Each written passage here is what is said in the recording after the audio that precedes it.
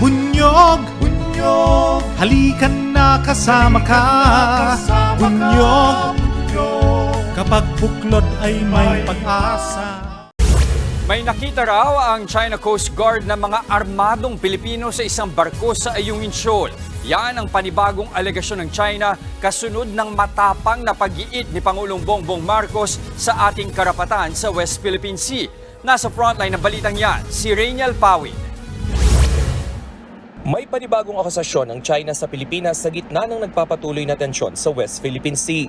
Ayon sa ulat ng Reuters, base sa post ng Chinese state broadcaster na CCTV, may nakita raw ang China Coast Guard na mga armadong tauhan sakay ng isang barko ng Pilipinas noong nakarang buwan.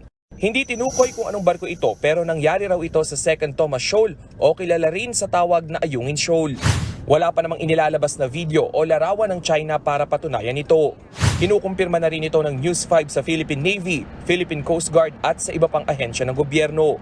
Matatanda ang sinabi kamakailan ng China na aarestuhin ng kanilang Coast Guard ang mga anilay trespasser sa South China Sea simula ngayong Hunyo.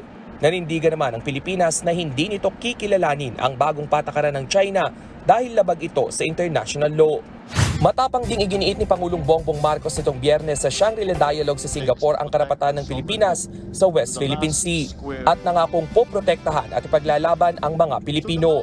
If a Filipino citizen is killed by a willful act, that is, I think, very, very close to what we define as an act of war, and therefore we will respond accordingly.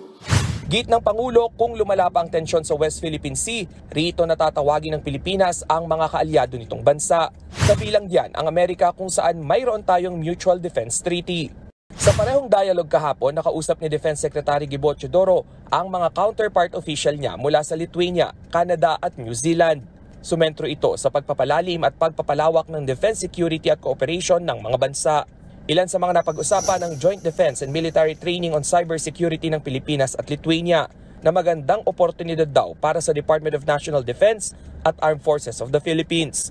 Sa parehong dialogue, tiniyak ni US Defense Secretary Lloyd Austin ang suporta ng Amerika sa Pilipinas. Sa gitna ito ng mga agresibong aksyon ng China sa pinag-aagawang teritoryo. The harassment that the Philippines has faced is dangerous, pure and simple. And we all share an interest in ensuring that the South China Sea remains open and free. Bukod pa yan sa mga mapangahas na aksyon ng China malapit sa Taiwan, bagay na pinalagan ng China. Git nila hindi ito makatutulong sa isinusulong na regional cooperation sa Indo-Pacific region. Nagbabala naman ng China na may hangganan ang kanilang pagtitimpi sa tensyon sa South China Sea. Ayon sa Defense Minister ng China, matagal na silang nagpipigil sa gitna ng anyay mga panghihimasok at pangahamon ng ibang bansa pero may hangganan daw ito. Idagdag pa raw ang pagpapadala ng mga ballistic missile ng Amerika sa Asia-Pacific region sa joint military exercises kasama ang Pilipinas nitong Abril. Sinabi yan ng China sa isang forum sa Shangri-La Dialogue sa Singapore na dinalawan din ni Pangulong Bongbong Marcos. Iginiit ng Pangulo sa forum na lehitimo ang ating pag-angkin ng teritoryo sa West Philippine Sea. In the West Philippine Sea, we are on the front lines of efforts to assert the integrity of the UNCLOS as a constitution of the oceans. We have defined our territory and maritime zones in a manner befitting a responsible and law-abiding member of the international community. We have submitted our assertions to rigorous legal scrutiny by the world's leading jurists. So the lines that we draw in our waters are not derived from just our imagination, but from international law. In this solid footing and through our clear moral ascendancy, we find the strength to do whatever it takes to protect our sovereign home, to the last square inch, to the last square millimeter. The life-giving waters of the West Philippine Sea flow in the blood of every Filipino. We cannot allow anyone to detach it from the totality of the maritime domain that renders our nation whole. As President, I have sworn to this solemn commitment from the very first day that I took office. I do not intend to yield. Filipinos do not yield. Fortunately, this vision remains for now a distant reality. Illegal, coercive, aggressive, and deceptive actions continue to violate our sovereignty, sovereign rights, and jurisdictions. Attempts to apply domestic laws and regulations beyond one's territory and jurisdiction violate international law, exacerbate tensions, and undermine regional peace and security. But despite all this, the Philippines remains committed to the cause of peace upon which our constitutional order is premised.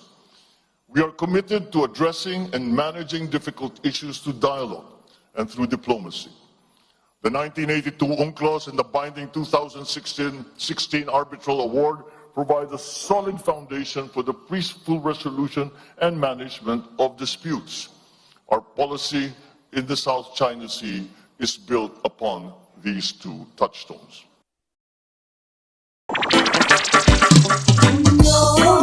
May hulanong salita na ang ibig sabihin dito ay ang pagkakaisa. Bunyog Party List. Halika na, Bunyog Party List ka na. Halika na, Bunyog Party List ka na. Sa susunod, ang atinang suportahan, Bunyog Party List, nagtataguyod ng katotohanan, lumalaban para sa bayan. Bunyog, bunyog, halikan na kasama ka. Bunyog, kapag buklod ay may pag-asa. Luzon, Visayas, Mindanao, isa ang pananaw. Sa bagong Pilipinas ang bunyog isisigaw.